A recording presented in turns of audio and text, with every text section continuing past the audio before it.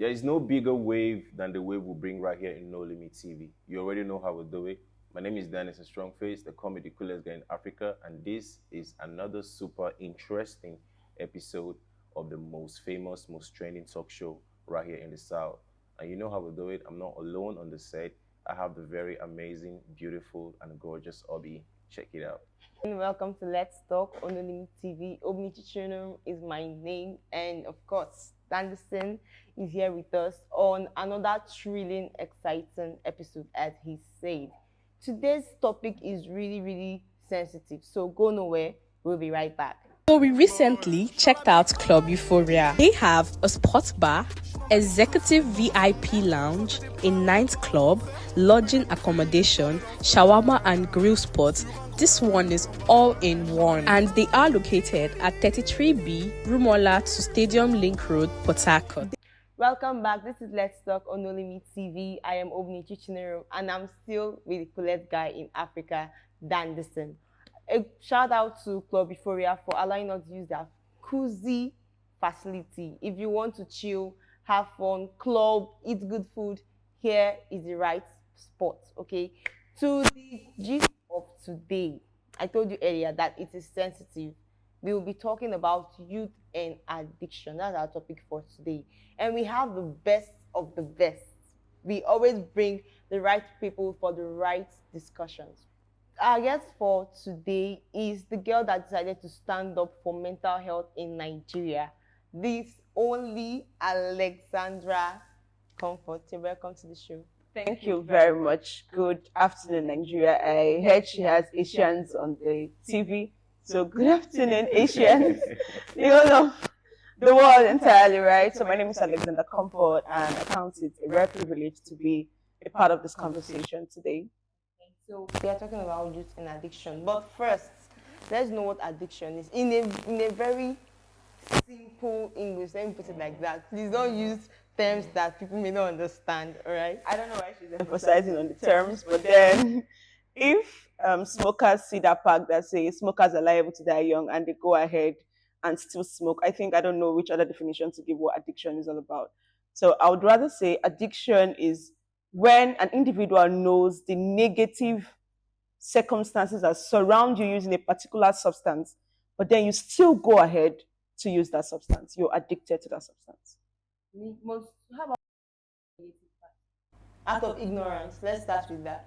Okay, before you can actually say you are addicted to something, you must have come to a point where you realize that you cannot do with that substance or behavior. Yeah? So let's say I'm addicted to coke.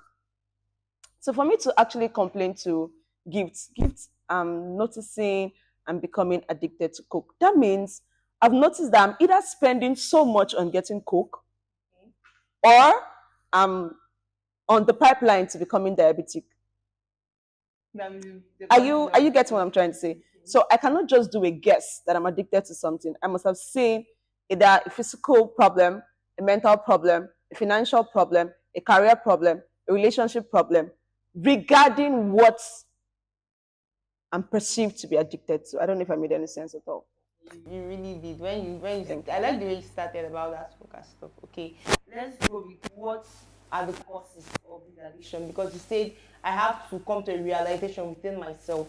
So what do you think are the causes for someone to be addicted to anything? Okay, we have substance addiction and then non-substance addiction. So non-substance addiction are the behavior addiction and all of that. So before you would say, okay, I have this addiction, this is why I started it, this is this and this is that. Addiction is not the core problem. The core problem is what you're trying to overcome with the addiction.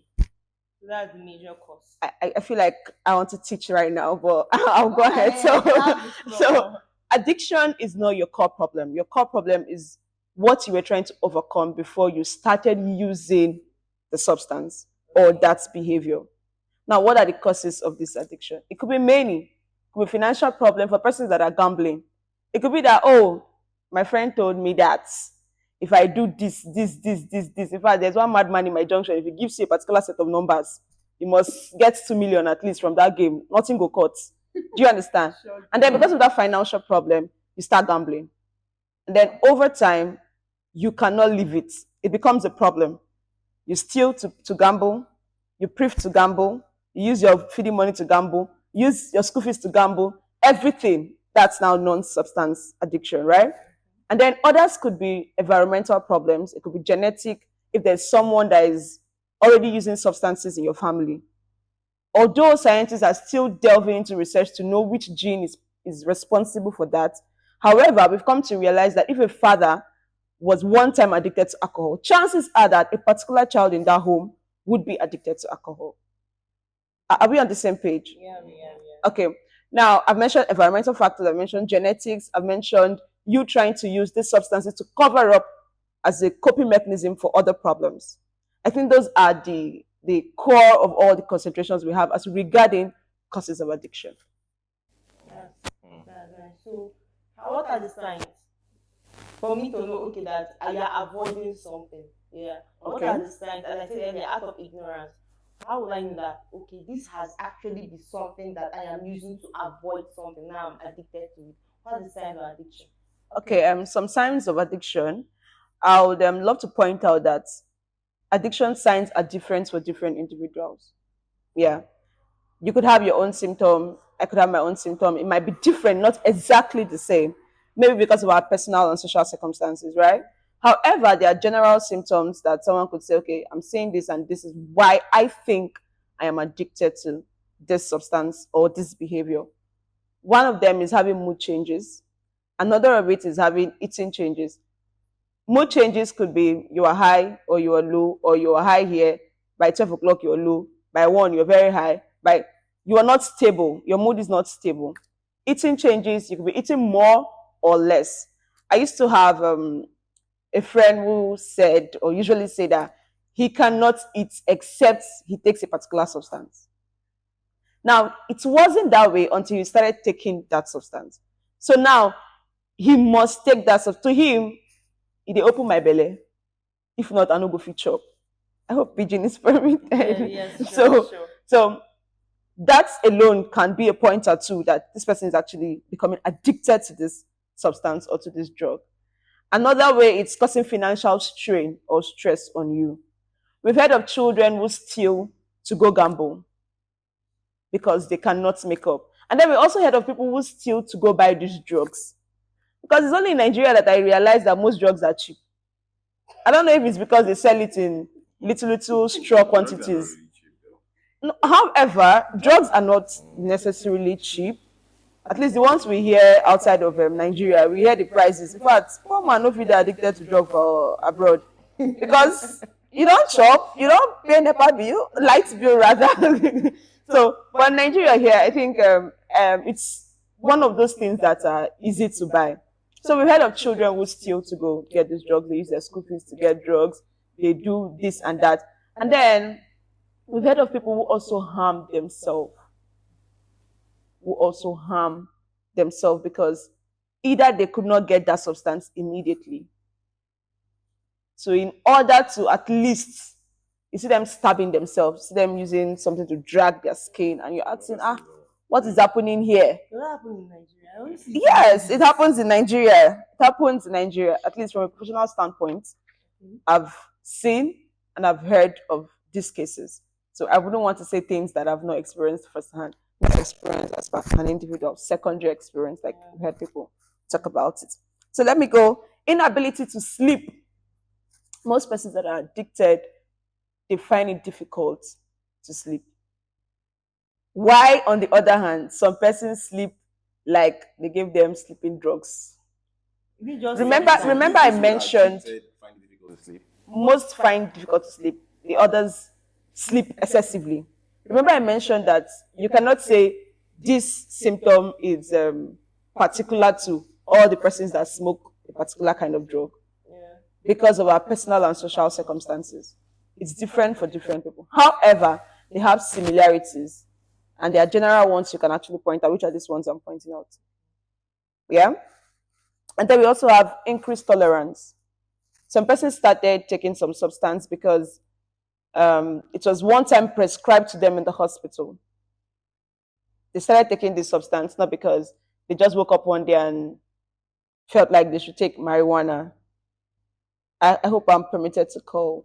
Okay, so But one time it was prescribed, maybe they did a surgery or something, and then it was prescribed to them to help them manage pain. And then realized that each time they have similar pain, they run to that drug. And now when you start taking one, let's say it's measured in teaspoon, let's assume it's been measured in teaspoon. And then we take 1 teaspoon today, you realize that, okay, it did something great.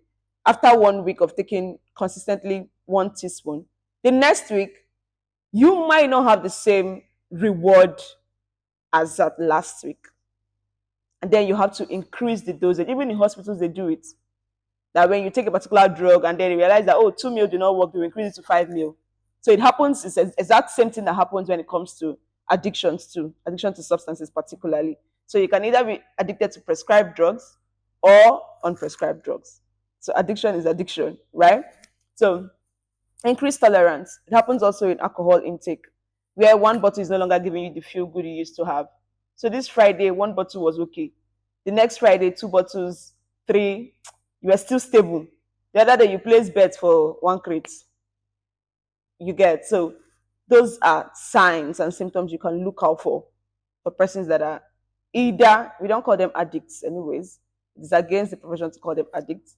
We call them substance use dependents. They are depending on the substances.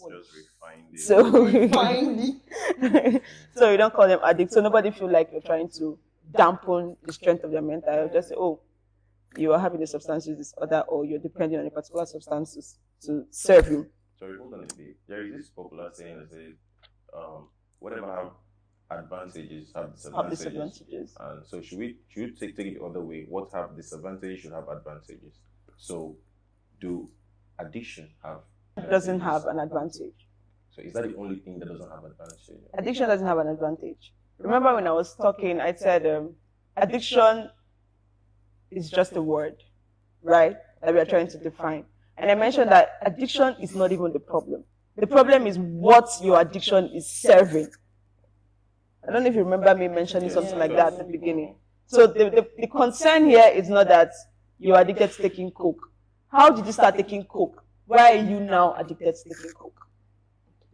You took coke the first time and it feels, wow, it's chill. You get it. So that's what we are looking at. The problem is our concern right now.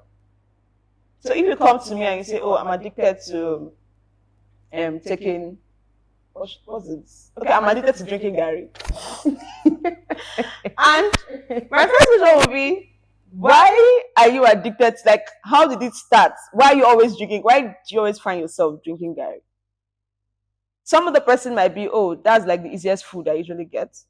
And another person will be like, because I used to add it milk and chocolate, so it tastes like ice cream. Are we on the same page? Yeah. Am I making any sense so far? You are. Before you go further, you made mention of substance abuse and Non-substance addiction. You know, whenever people hear of addiction, they think of substances. But what make me understand, what's that non-substance? Because some people are addicted to behavioral patterns. Like someone may be addicted to pressing the person's phone or maybe video games. That's not a substance. How about that? Like I mentioned, we have substance addiction and non-substance addiction. Non-substance addictions are behaviors that give you exact same feel substances will give you. Because what the substance does to our brain, addiction is a biological thing. What it does to our brain is there's a reward center in our brain that releases a feel-good hormone we call dopamine. So each time you take the substances, you tend to maybe forget your problem or your frustration. You're excited, you are happy. But the truth remains that when you come back the next day, you continue from where you stopped. So people pick behaviors that are in the likeness of substances that give them this feel-good relief. So if I take a bottle and I feel good, and I still play video game with my guys, I'll still feel good, isn't it? So you not choose your addiction. To them, they're choosing the addiction. That's okay. Since they say this one will give me diabetes, let me do the one that I can pay for lights. So people are now trying to be rational with their problem. More like justify it. Isn't it right? More like justify. Now, you ask me, isn't it right? And I'll ask you again, why are you completely addicted? You know, some people are not like really addicted per se. Maybe some people can curtail it. Like okay, our concern here is those that are addicted, right? those that are dependent on these things, either non-substances. So I would love to say, if you can curtail, you can manage, okay, I have a job, let's say for all of us here, let's say we are techies, right? So we work for one abroad guy, maybe me, I'm a graphics designer now, and I'm supposed to design and deliver by 7. And I time myself, okay, by 6:30, because of professionalism, by 7, I'll be done. And I start playing game by 5. 6:45, I'm still playing. I'm checking my time, not like the time is far from me. So okay, make I just round up. And I'm rounding up till 12 a.m. I've not finished rounding up. And then they are calling me the next day, I cannot deliver on the job. The video game has affected my job, isn't it? And if I continue, they'll query me and sack me. Right? So if I'm playing the video game and by 6:30 I stop and go back to my work and finish my work and decide to come back, at that point I won't say I'm addicted. Addiction is when you can clearly see that this thing is impacting every other area of my life and it's causing me more trouble. And when you can say, okay, this is a yardstick. Yes. To say I am This is addicted. becoming an addiction. You remember we said, when I was trying to define addiction, I said, addiction is something that you can visibly see the negative impact of what you're doing, but you cannot stop doing it. You continue seeking for it. You want to perform it.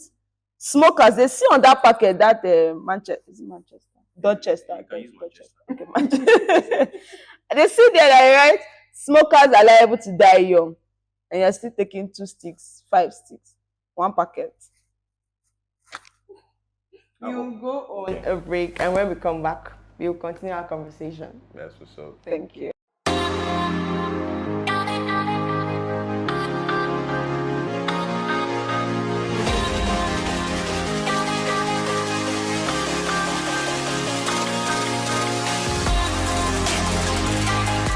Welcome back. You're still watching Let's Talk on No Limit TV, and I am here with the full panel, having a very sensitive discussion on youth and addiction. We've said a lot. We now have a basic knowledge of what addiction is. Now, let's say, how is addiction related to mental health? You're a mental health expert. So, how does it relate to mental health? How does it affect mental health? Okay, how does addiction relate to mental health? Yes. Now, some of the byproducts, I call it byproducts of addiction, is having mental health disorders such as depression, anxiety, schizophrenia, where you have people walking on the road, mad. And then it's not their village people. It's actually what they were using their money to buy and consume. That's the cause of their problem. And then we have eating disorders. Because aside from knowing that somebody eats a lot, there are people who have anorexia. Anorexia is simply, as I am like this now, I'll stop eating because I feel like I'm too fat. And people be like, you're trimming. I say, no, I don't want to eat that. I want to maintain, there are people who actually, that's their own mental health condition. That's their own problem. They don't eat because they feel they're excessively fat. But on the opposite, they are very lean. So you can see the linkage between addiction and mental health. I've mentioned depression, I've mentioned anxiety, I've mentioned schizophrenia. That is some people go into psychosis disorder and all of that. Psychosis is a form of disorder, actually. So they go into different mental health conditions because of addiction. Are there strategies to improve, mental health? Strategies to improve mental health. On an addiction. As regarding addiction, Yes. Okay, there are different strategies to improve. Now, I usually tell people that there's something called lifestyle modification. I'm a strong advocate for it because in this, our small life that we are living, we have to pick different coping strategies that will help us continuously brave problems and then move towards success, right? Yeah. However, the question you ask is, what are these skills? We have adaptive and maladaptive. Adaptive are the ones that are healthy, they are good coping strategies you can live with. Maladaptive are those ones that on the short term, they feel like they are working. But on the long term, you're moving from frying pan to fire. So they're opening you to more problems. Okay, an example is, there was someone who reached out to me, said he broke up with his babe, and then they were having the whole relationship crisis and all. Finally, they broke up. And so in order to just manage that grief, he started carrying prostitutes to cover up what the girl was giving him. And then along the line, he got tired of prostitutes, so he started doing pornography and masturbation, you know. So now you see the guy is moving from one problem to another problem. At the end of the day, why he reached out is he felt he was becoming addicted to these things. Like it's affecting his day-to-day activity. He cannot do without it. And so you ask, the initial problem here is that he broke up with his girlfriend. And so he wanted to cope without his girlfriend, not to miss her, not to feel the pain and all of that. And then he started carrying prostitutes to cover the sexual part of what's the sexual role of the girlfriend. From there, share your money no go finish. Started pornography and then masturbation. Don't you think that has to do with maybe sexual high drive and not addiction? Sexual high drive and not addiction. Because there are people who have this sexual, Yes, they have sexual addiction. When I think someone asked in our first conversation that, how about persons that can manage? Now, there are persons that have high sexual drive, what they call high libido, and then low libido and all of that. Now, where the concern comes in is, can you manage? Do you follow everything on skirts? Because it's sexual addiction that makes people pervs. When I mean pervs, that's you cannot even hold yourself when you see a small child. As long as you know that that child is female, you want to follow. At that point, it's an addiction. It has nothing to do with the level of your sexual drive. Are we on the same page? Can you give examples of good coping mechanisms you talked about? You talked about before the example you gave about the guy that broke up. There is a coping mechanism. Is it adaptive? Adaptive coping strategies. Examples of this. Okay, usually when we treat people on addiction, we profile an alternative to them. Now, in the abroad, is already trending. If you are addicted to a particular drug, they get you something that smells like that drug. Now, the difference between that drug and that substance is that the drug it has addictive potentials, it has addictive tendencies. But this other one doesn't have addictive tendencies. Are we on the same page? So now let me say I get you something wrapped in a pin pop stick. Each time you feel like, let's say if you're addicted to shisha, each time you feel like sniffing shisha or taking shisha, you just run that thing through your nose. You are trying to, at the moment, make your brain feel like that thing is still present, but you're not consuming exact same substance. It's a form of therapy for persons that are addicts. And then there's also the medication part for treatment of addiction too. However, let me come back to the question you asked, coping strategies. Yeah. Now, one way you can cope is to actually open up first and then tell your friends that are very close to you that, see, Baba, this thing now, I want to stop to the taker. Especially those ones that you know can hold you accountable. You open up to them and tell them, I want to stop taking this substance. So they can hold you accountable. And then don't make yourself don't be always available in situations that will make you go back to what you're trying to avoid. I think there's a story I heard. They said the pastor used to be an alcohol addict. But then he gave his life to Christ, stopped taking alcohol. And then one of the days, his guys invited him for a party. He became a pastor, actually. His guys invited him for a party. So he was like, I'm not coming. They pressured him. It's not just a sit out. You don't take now. We could just cool off now. And then, men and brethren, while he was in that party, they said they were begging this guy to stop drinking. This is somebody that said he was done, he gave his life to Christ, became a pastor. But because he was now present in what triggered that taste of what he was one time addicted to, so he had to go back. Am I making any sense? Yes. So what I would rather say is look for strategies in your own. I said we have in different. So you look in yourself, among your clique, in your own head. What can I do as alternatives to cover up for this problem I'm facing? Are we getting it? Yeah. So if it's a behavior, So each time I have money, I must play game. Each time I have money, I must play game. Okay, let's look for another alternative. Maybe we'll start giving somebody the money to hold for you. Maybe the person no wrong with me. No, it has to be someone you trust. I'm not saying you come and give me your money. Don't come and give me your. I used to do same conference 2.0. So let me bring your mind to this story. This popular story about a doctor who is very, very good, but he takes substance before he goes on any operation in the theater. What do you have to say about that? Is it Okay? Someone once said that psychiatric doctors are even mad than they are more mad than people they are treating. So I'm not surprised. Like I mentioned, different drugs can be used for different purposes, including over-the-counter drugs. Because there are people who abuse paracetamol. As little as it sounds, there are people who abuse it. Because they say headache too.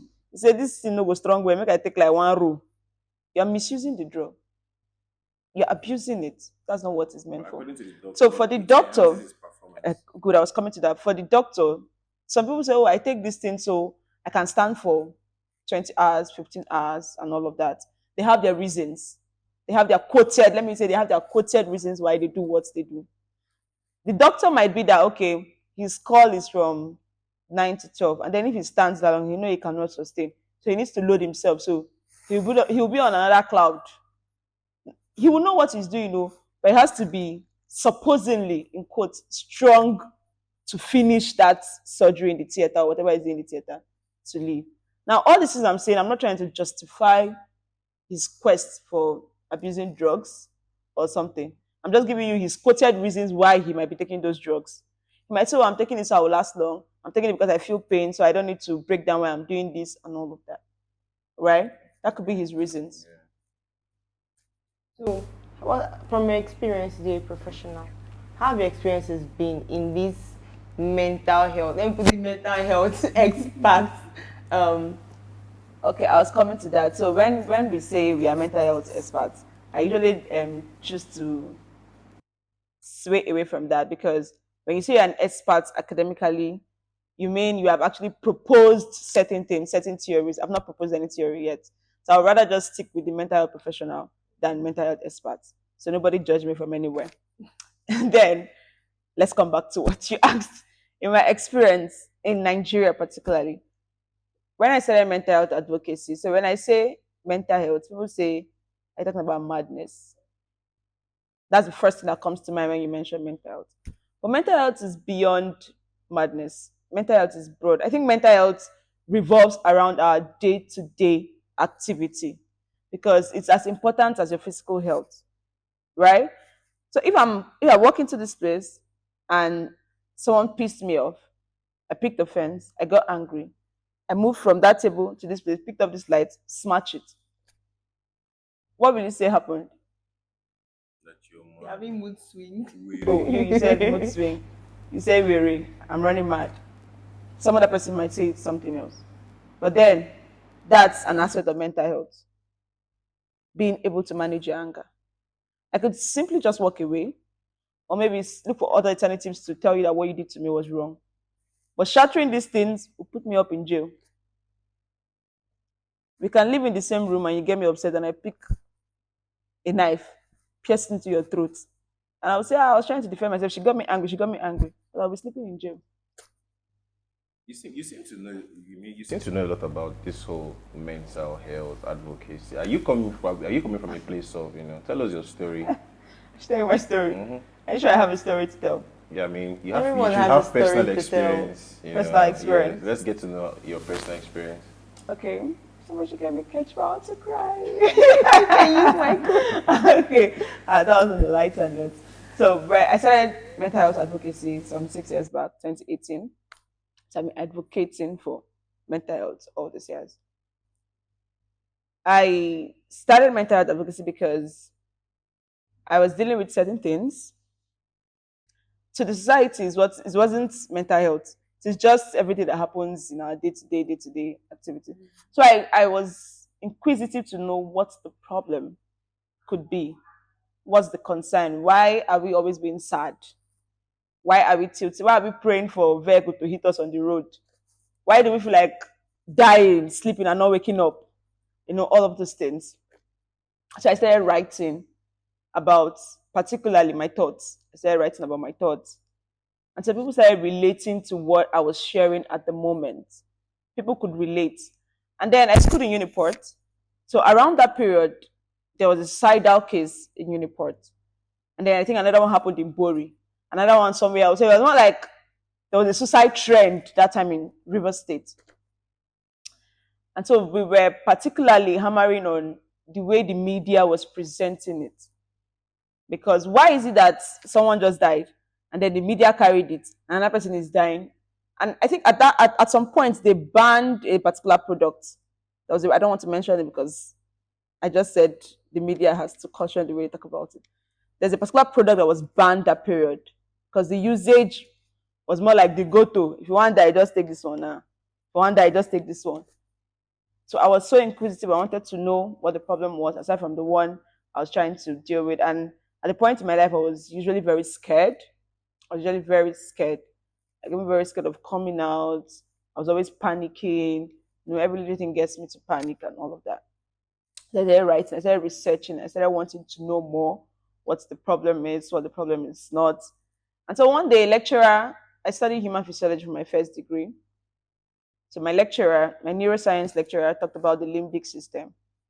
While he was talking about the limbic system, he talked about how the food we eat affects us, how the environment we stay affects us. He was talking about depression, the reward system. He was talking about basically a lot of things. So I was so keen on it. I went back to read on what exactly the problem was. And then my first hand-on experience. There was a case a friend was supposed to cover, but then I was within the location, so I was doing most of the middleman. It was more of a depression and a suicide case. So I was doing more of the middleman, and then I developed PTSD from the vicarious trauma. Vicarious trauma is, you're telling me your problem. I did not experience it with you, but I'm feeling it even more than you are feeling it. So I experienced vicarious trauma, then it led to PTSD. And then this lady wanted to kill herself. And so I was feeling like killing myself. Wow. Isn't that deep? Oh, it's that deep. It's that deep. Mm. So you see someone trying to take care of someone that wants to die and you want to die. And then you sit down and say, why do I want to die exactly? Because of her story. Nothing about her happened to me. But because I was feeling the emotions more than she was feeling it. And so I was wanting to die as well. It's that deep. How did you cope? How did you come out of that area? How I coped. I talked to people. I talked to my psychology friends. I talked to them and I said, no, that's how they do me. And the bad thing was that the girl wasn't going off. Like she wasn't fading away. Because if you were the middleman, you have to finish what you started till she's better, right? I started talking to people about it, how I was feeling, how I was becoming very scared that I was going to hurt myself, and a lot of that. So they offered professional help. Some offered professional help, like talk therapy. And then secondly, I believe we call it higher powers in psychology. Why we call it higher powers is because a lot of us, we believe in different things. But the most important thing is that every individual on planet has something they believe is higher than them, that they trust, they love, they respect, and they want to even worship. It's even in human form. So we call it higher powers in psychology. So you don't say I'm trying to preach Christianity to you. So we call it higher power. So my own higher power is God. So I believe in God. So I believe he could solve a part of my problem. I had to go to him. I had to cry to him. I had to lament. Let me use that word. I had to lament to him that I don't know how I was feeling. It didn't just happen like I finished lamenting today and the next day I'm okay. No. While I was lamenting, I was still meditating. I was doing mindfulness. I was taking affirmations. I was trying to reframe my thoughts because it was a thoughts problem. So I was trying to reframe my thoughts. There are processes on how to reframe your thoughts, one of which is the most popular affirmations you can use to reframe your thoughts. So part of experiences, you said earlier about self-harming. Have you had any experience with the patients that self-harm? Okay, I'm not with my purse is somewhere behind. There was someone, I seized her surgical blade. Her intention was to use the surgical blade on her vein. And, this vein here, there's a vein somewhere around here. Yeah. If you, for any reason, punctures it and you bleed, you won't even bleed up to 20 minutes. You might just quench, like you might just go to the next ward. So our intention was to get that blade and then cut off that plant, just stay and bleed to death. Because she wanted to kill herself. She felt like she has had enough, so she just end it all. So yes, that's one. And then there's a popular story, not in Nigeria, among my circle of friends, where this person the parents are doing very well. I think the dad started most of our problem. The dad is a medical doctor. So she was having sleep issues. Like I mentioned, addiction is not even the problem, it's what you're trying to cover. So the dad was always giving her drugs to help her sleep and all. And then she became addicted to the drug that she was being given. And so if this drug is not there, she experiences withdrawal symptoms. So she can lock herself up and stab herself, injure herself. She can even go out, rent a space and stay. She won't call anybody, she won't take anybody's call, she'll just stay on her own and then start harming herself. But you won't even know because she wears big clothes. She wears hoodies, big pants, and all of that. So you won't even notice that there's an injury in this person's body. That's one. There's another person that reached out once. She was having anger issues.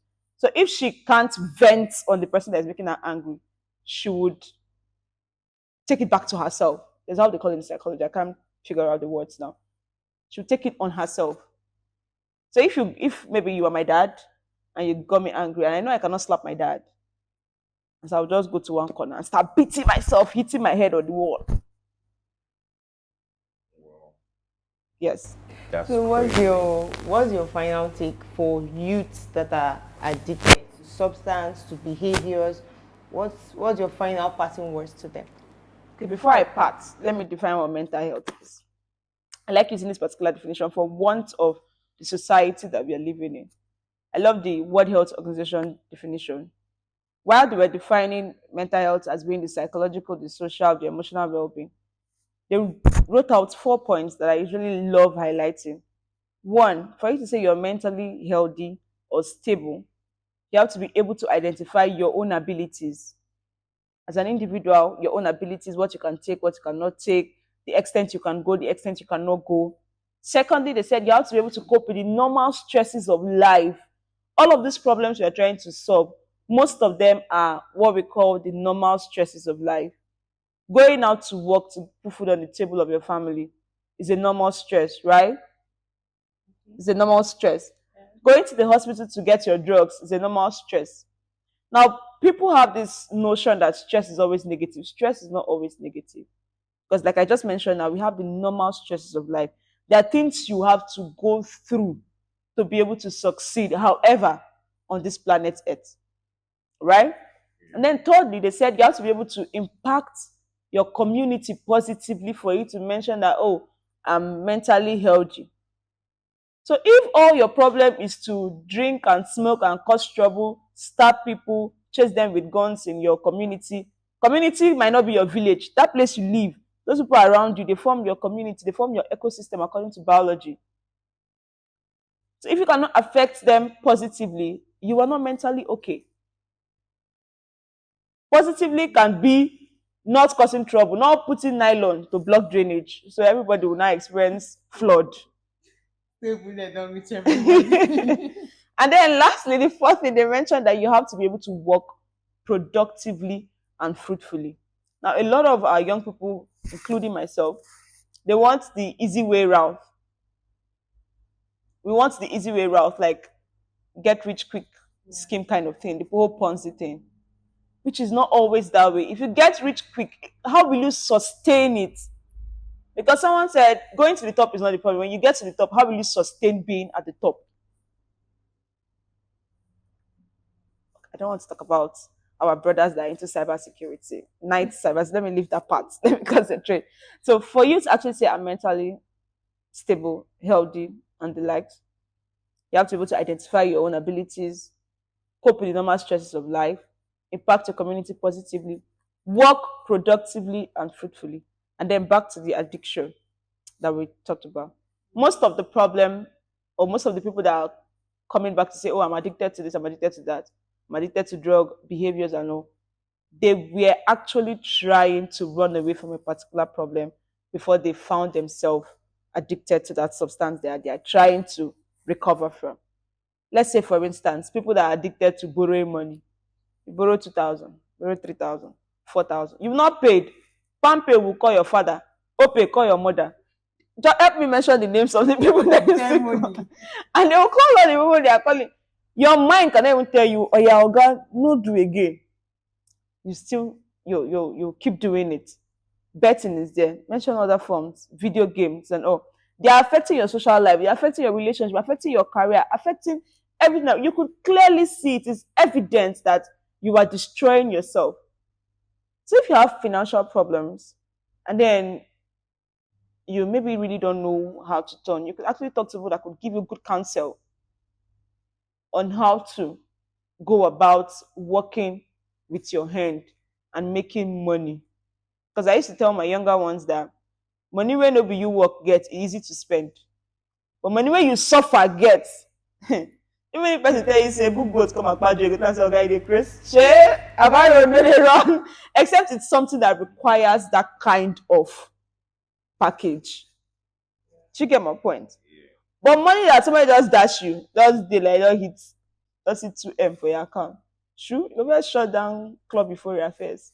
VIP section before you continue with every other thing. So please, while we are going about our daily activities, we have to look for the most healthy ways to take care of ourselves, our families, and then know how to succeed. Please. And then if you're in power, please, the people around you, there are people you have influence over.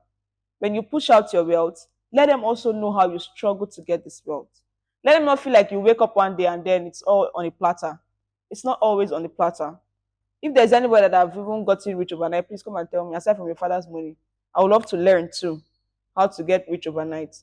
So please, when it comes to finances, people face financial pressures on their level, on their different level.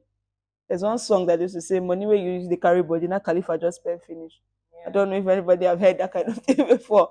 So everybody has financial stresses on their different levels. And then lastly, on the financial part, live within your means. Live within your means. If you don't earn like them, don't spend like them. Live within your means. Be able to buy what you can afford and leave what you cannot afford at the moment. There's always time for everything. And then for persons that got addicted medically, let's say you were given this drug because of one ailment you were going through at some point and all, you might have to visit a psychiatric or a psychologist to help you pull through.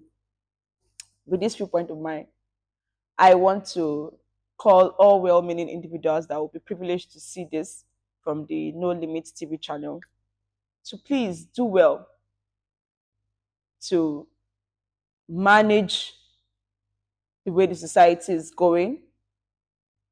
Do what you can do and leave the rest for God. Sleep, because a lot of people go with this notion that if you don't sleep, you turn out poor. Please, your sleep is very important. Sleep helps your brain detoxify. So if you don't sleep, you're killing your brain. And then let's encourage one another to do better. Stop lying. If you struggle, tell us you struggle. So when we are on the same path, we'll also look out for the struggles. Stop lying that all the roses were red for you when they weren't actually red. Thank you very much. You've done proper justice. You can't consume this content alone. Share with your friends. Share with your family. There's no way you don't know someone that's addicted. There is one way or the other. Even if the person doesn't come out to tell you, you as someone that's close, you have noticed. Okay. Yeah. Do also follow us on socials. No Limit TV _Nigeria on Instagram, TikTok, YouTube rather, and X. Then No Limit TV on Facebook. That is the only different handle. All right. Send us gifts, on Facebook. It's very important. If you want to see us looking so good before you send us gifts on Facebook, like, share, very, very important. Share this content and let us know your opinions on every topic that you want us to talk about or the one you just watched in the comment section. Yeah. Until next week, bye. Best yourself. Bye.